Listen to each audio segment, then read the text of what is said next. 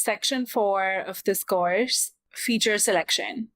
Feature selection is the process of automatically or manually selecting the features from your dataset that contribute most to the prediction value of your model. So when you have a lot of features, not all of them provide valuable information. In this case, the model may perform better by removing the noisy features that don't contribute to the model performance. Why do we need feature selection?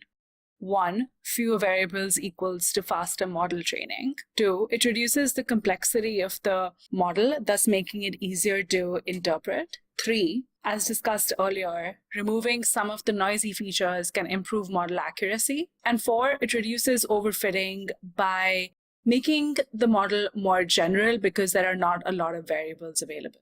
In this section, we are going to take a look at filter methods, wrapper methods, and feature importance. Let's start looking at filter methods. In this video, we are going to perform feature selection using a filter method.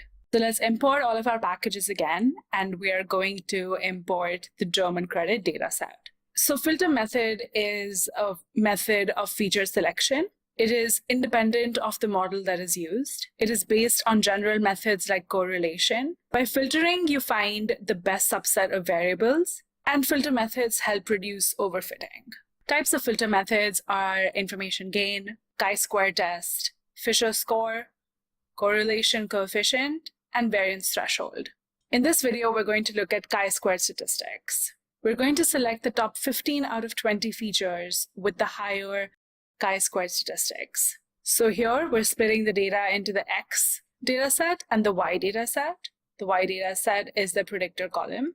We are using scikit-learn's select k-best and then using the chi-square selector from scikit-learn again to fit the X variables and the Y variables. So we can see that we have reduced the number of features from 20 to 15. Now we want to see what exactly were the variables that were selected.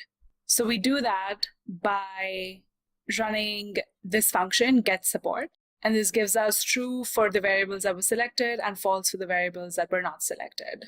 So now let's look at what those variables were. The variables that were selected were account balance, duration of credit, payment status of previous credit, etc., etc. And the variables that were dropped were guarantors, duration and current address, type of apartment, occupation, and number of dependents. These variables would have been dropped based on the low chi-square statistics.